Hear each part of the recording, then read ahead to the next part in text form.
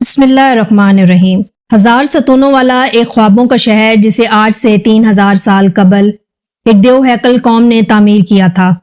ایک ایسا شہر جہاں ایک مصنوعی جنت بھی بنائی گئی۔ یہ وہی گمشدہ شہر ہے جسے سینکڑوں سال سے خزانے کی لالچ میں لوگ تلاش کرتے آ رہے ہیں۔ جب ایک شخص عرب کے صحرا میں بھٹکتے ہوئے اس شہر میں چلا گیا، پھر اس نے کیا دیکھا تھا؟ آج ہم اس پراسرار شہر اور اس کی مکمل تاریخ کو اس ویڈیو میں پیش کریں گے۔ قوم عاد اپنے دور کی سب سے طاقتور ترین قوم تھی۔ یہ لوگ دوسروں کے مقابلے زیادہ قداور اور توانا تھے۔ مال و دولت بھی ان کے پاس بے شمار تھی۔ اپنی ان قداور شان و شوکت کی وجہ سے انہیں بلند مقامات پر بسنے اور بلند و بالا عمارتیں بنانے کا بڑا شوق تھا۔ تاریخ میں عاد کے نام سے 2 قومیں گزری ہیں۔ ایک قوم عاد اولا اور دوسرے کو عاد ارم کہتے ہیں۔ عاد اولا سام بن نوح کی اولاد تھے اور یہ عرب کے جنوبی علاقے میں آباد تھے۔ عاد اولا کی طرف اللہ نے حضرت ہود علیہ السلام کو مابعوث کیا تھا، لیکن قوم عاد کی بدعمالیوں کے سبب انہیں تباہ کر دیا تھا۔ ان کے تباہ ہونے کے بعد حضرت ہود بچے ہوئے لوگوں کو لے کر حضر موت کی طرف ہجرت کر گئے۔ ان کی رہائش اعقاف کے علاقے میں تھی۔ یہاں اس قوم نے خوب ترقی کی اور اللہ نے انہیں بے شمار نعمتوں سے نوازا۔ انہیں عاد ارم کہا جاتا تھا اور یہ جس علاقے میں آباد تھے اسے شہر ارم کا نام دیا گیا۔ اس شہر کو ذات العماد بھی کہا جاتا ہے، جس کے معنی ستونوں والا شہر ہے۔ یہ شہر طوفان نوح کے کافی بعد بسا اور کافی ترقی یافتہ تھا۔ عاد ارم کے لوگ کم از کم 12 گز لمبے ہوا کرتے تھے۔ طاقت کا یہ حال تھا کہ بڑے سے بڑا پتھر جس کو کئی آدمی مل کر بھی نہ اٹھا سکتے، ان کو ایک ہی آدمی ایک ہاتھ سے اٹھا کر پھینک دیتا تھا۔ ان کے شہر کے 4 دیواروں کے اندر بڑے بڑے محل اور اونچے اونچے ستون تھے۔ اللہ نے اس خوبصورت شہر کا ذکر قرآن مجید میں کچھ یوں کیا ہے: کیا تمہیں معلوم ہے کہ تیرے رب نے قوم عاد سے کیا معاملہ کیا؟ یعنی ارم شہر والوں سے جو بڑے بڑے ستونوں والے عمارتوں میں مسکن بناتے تھے، اور وہ لوگ جن کے زور قوت کے برابر کوئی قوم ان کے ملکوں میں پیدا ہی نہیں کی گئی تھی۔ مورخین نے لکھا ہے کہ عاد ارم عمان، یمن اور عدن کے علاقے میں آباد تھے۔ ان میں 2 بادشاہ طاقتور ترین بادشاہ بنے۔ ایک کا نام شدید اور دوسرے کا نام شداد تھا۔ یہ دونوں آپس میں بھائی تھے۔ شدید کے موت کے بعد اس کا بھائی شداد تخت نشین ہوا۔ اس نے اپنی حکومت کو مزید وسیع کیا اور بے شمار لشکر و خزانے جمع کر دیے۔ اس نے اپنی سلطنت کی رونق کو، کمال کو عروج تک پہنچا دیا۔ شداد کتابیں پڑھنے کا بہت شوقین تھا۔ اس نے کتابوں میں پڑھا کہ موت کے بعد اللہ اپنے بندوں کو پھر سے زندہ کرے گا اور جنت میں داخل کر دے گا، جو ایک حسین و خوبصورت جگہ ہے اور جہاں کائنات کی ہر آرام و آرائش میسر ہوں گی۔ جب اس نے جنت کے باغوں اور نہروں کے متعلق پڑھا تو اس کے ذہن میں یہ خیال آیا کہ کیوں نہ میں بھی ایک ایسی ہی جنت دنیا میں تعمیر کروں کہ جو اس جنت کے مشابہ ہوگی، اور وہاں لوگوں کو آباد کروں گا۔ لہٰذا اس نے اپنے وزیروں اور امراء کو جمع کیا اور حکم دیا کہ ایک ایسی جگہ تلاش کی جائے کہ جہاں بہت زیادہ درخت ہوں، وہاں صاف کھلی فضا ہو اور ایک وسیع میدان ہو کہ جہاں میں اپنی جنت بنا سکوں۔ اس کے لوگ ایسی جگہ کی تلاش میں نکل پڑے۔ کافی ڈھونڈنے کے بعد انہیں ملک عدن کی زمین پر ایک مقام ملا جو شداد کی خواہش کے بالکل مطابق تھا۔ لہٰذا انہوں نے آ کر شداد کو اس جگہ کی خبر دی۔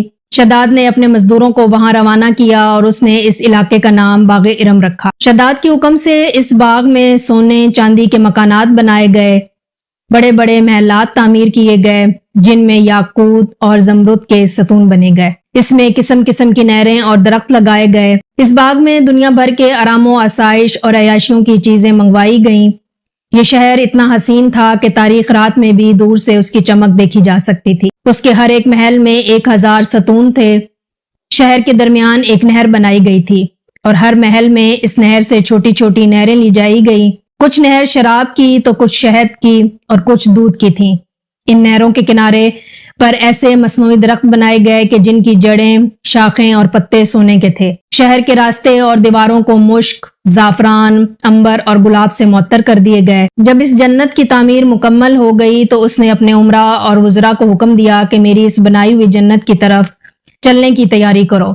اب شداد بڑے جاہو جلال اور متکبرانہ اور فاتحانہ انداز میں بڑی شان و شوکت سے سپاہیوں کی جرمٹ میں روانہ ہوا۔ جب وہ اس جنت سے صرف 1 کوس کے فاصلے پر پہنچا تو اللہ نے اس پر عذاب بھیجا۔ آسمان سے ایک ایسی چیخ سنائی دی گئی کہ شداد زمین پر گر پڑا اور اس نے اپنی ہی بنائی ہوئی جنت کی ایک جھلک بھی نہ دیکھی۔ وہ اسی مقام پر اپنے لشکر سمیت ہلاک ہو گیا اور کوئی بھی اس شہر میں داخل نہ ہو سکا۔ شداد اور اس کے لشکر کے ہلاک ہو جانے کے بعد وہ شہر بھی لوگوں کی نگاہوں سے اوجھل کر دیا گیا، لیکن عدن کے گرد و نواح کے لوگوں کا یہ کہنا تھا کہ کبھی کبھی رات کے وقت اس علاقے کے ارد گرد اس کی کچھ روشنی اور جھلک نظر آتی ہے، اور یہ روشنی اسی شہر کی دیواروں کی ہے۔ روایت ہے کہ ایک صحابی رسول حضرت عبداللہ بن کلابہ ایک مرتبہ اتفاق سے عدن کے علاقے میں چلے گئے۔ اچانک آپ کا ایک اونٹ بھاگ گیا، آپ اس کو تلاش کرتے کرتے اس شہر کے پاس پہنچ گئے۔ جب اس کی میناروں اور اس کی دیواروں پر نظر پڑی تو آپ بے ہوش ہو کر گر پڑے۔ جب ہوش آیا تو سوچنے لگے کہ اس شہر کی صورتحال تو ویسی ہی نظر آتی ہے جیسے حضرت محمد صلی اللہ علیہ وسلم نے ہم سے شداد کی جنت کے بارے میں بیان فرمائی تھی۔ اسی کیفیت میں اٹھ کر وہ شہر کے اندر داخل ہو گئے۔ اس شہر کے اندر نہریں اور درختیں تھیں اور ایسے ایسے آرام و آرائش کی چیزیں موجود تھیں جو انہوں نے کبھی نہیں دیکھی تھی، لیکن وہاں کوئی انسان بھی نہیں تھا۔ آپ نے وہاں پڑے کچھ سونے چاندی اور جواہرات اٹھا لیے اور واپس چل دیے۔ وہاں سے وہ سیدھے اس وقت کے دارالخلیفہ دمشق پہنچے اور اپنا سارا معاملہ حضرت امیر معاویہ کو بتایا اور اس شہر کی ساری نشانیاں بتا دیں۔ حضرت امیر معاویہ یہ سارا واقعہ سن کر نہایت حیران ہوئے اور اہل علم حضرات سے اس کے بارے میں معلومات حاصل کی کہ کیا واقعی دنیا میں ایسا شہر بھی کبھی بنایا گیا تھا۔ لہذا حضرت کعب بن احبار رضی اللہ تعالیٰ عنہ نے بتایا کہ ہاں، قرآن مجید میں بھی اس شہر کا ذکر موجود ہے، مگر اللہ نے اس کو لوگوں کی نگاہ سے چھپا دیا ہے۔ حضرت کعب بن احبار نے فرمایا کہ نبی کریم صلی اللہ علیہ وسلم نے فرمایا تھا کہ میری امت میں سے ایک آدمی اس شہر میں چلا جائے گا، وہ چھوٹے قد سرخ رنگ کا ہوگا، اس کی آئیبرو اور گردن پر 2 تل ہوں گے اور وہ اپنے اونٹ کو ڈھونڈتا ہوا اس شہر میں پہنچے گا اور وہاں کے عجائبات دیکھے گا۔ جب حضرت معاویہ نے یہ تمام نشانیاں حضرت عبداللہ بن کلابہ میں دیکھیں تو فرمایا کہ واللہ آپ وہی شخص ہیں۔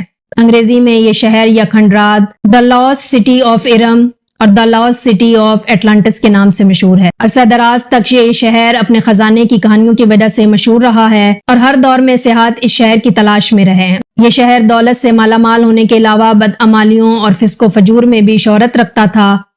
اوبار کا ذکر مشہور زمانہ عربی کتاب الف لیلہ میں بھی موجود ہے۔ اس طرح لارنس آف عربیہ نے اس شہر کا ذکر اپنی کتاب اٹلانٹس آف سینڈ میں بھی کیا تھا، اور برٹش رائٹر برٹام ٹامس نے اپنی کتاب عربک فلکس میں اس شہر کے بارے میں لکھا ہے۔ سن 1984 میں امریکی خلائی ایجنسی ناسا کی سیٹلائٹ سے لی جانے والی تصاویر کی مدد سے عمان میں ایک مقام کی دریافت کی گئی۔ 1991 میں اس شہر کی کھدائی کا کام شروع ہوا اور یہاں 600 فٹ ریت کے نیچے مدفون ایک علاقہ دریافت ہوا جو تقریباً 2000 سال پرانا تھا۔ 8 سمتوں پر مشتمل اس مضبوط قلعے کی دیواریں 6 فٹ لمبی اور 12 فٹ اونچی تھی۔ ماہرین کا کہنا تھا کہ یہ شہر لبان کی خرید و فروخت کا ایک وقت کا عظیم الشان مرکز تھا جسے ارم شہر کہا جاتا تھا۔ آج یہ علاقہ تا قیامت لوگوں کے لیے عبرت کا نشان بن گیا ہے۔ بہرحال یہ تمام کھنڈرات بوسیدہ ستون اور محلات چیخ چیخ کر ہمیں آج یہ کہہ رہے ہیں کہ ہر چیز فانی ہے اور ہمیشہ باقی رہنے والی ذات تو صرف اللہ تبارک تعالیٰ کی ہے۔